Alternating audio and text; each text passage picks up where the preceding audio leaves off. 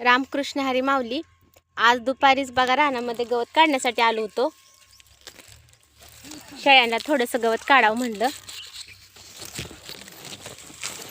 अहो एकटेच निघाले होते. मी पण म्हणलं मी पण थोडी मदत करते. 2-4 शेळ्या आहेत घरी,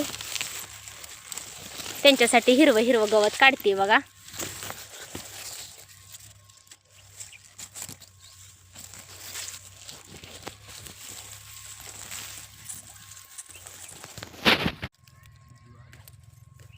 सोबत गवत काढा ताई पण आली बघा, आणि त्या झाडाखाली रामफळ खात बसली.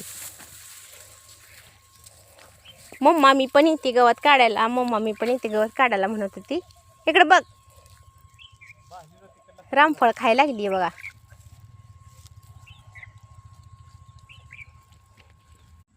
गवत काढून झाले बघा.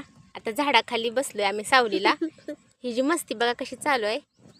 रामफळ खाऊन तोंड कसं केले बघा. तुम्हाला दाखवते नंतर रामफळ आमची. अहो पण दमलेत गवत काढून. झाडाखाली बसलोय सावलीला निवांत. आत्याने गवत नेलं शेळ्यांना टाकायला. आत्या गेल्या घरी गवत घेऊन. 4-5 शेळ्या आहेत त्या घरी. तर ऊस लावला बघा. या ऊसातून फिरून फिरून गवत काढले.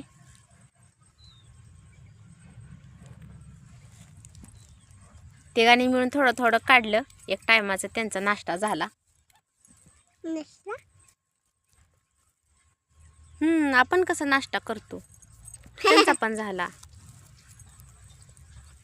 तर 4 वाजता आणखीन थोडं काढायचं. ऊस किती छान फुटलाय बघा. ह्याच्यातूनच गवत काढले आम्ही.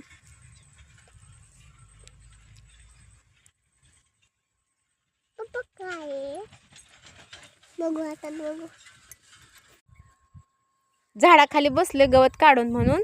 दमलेलो होतं म्हणून बघा. दादा पाणी घेऊन आलाय ताईला आम्हाला. तांब्या भरून घेऊन आलाय. दादा कोणाला आणलं पाणी? ताईला. घे ताई पाणी पी. दादाने पाणी आणले. कशी पिते बघा दादाने पाणी आणलेलं. पप्पांना दे. दे आता मला. इथंच रानाच्या कडेला वडा आहे बघा. इथं खाली वडा आहे. इथं रानाच्या बांधावर बघा इथं टणटणीचं झाड आहे.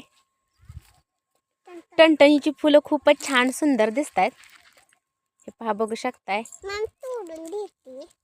घे. हे बघा ताई फुलं तोडायला लागली टणटणीची. तिला फुलं फार आवडतात तोडायला.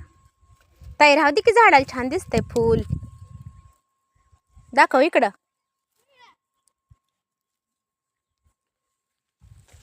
आता पाणी पिऊन झाले बघा. निवांत बसलोय. ताईनं फुलं तोडली ती.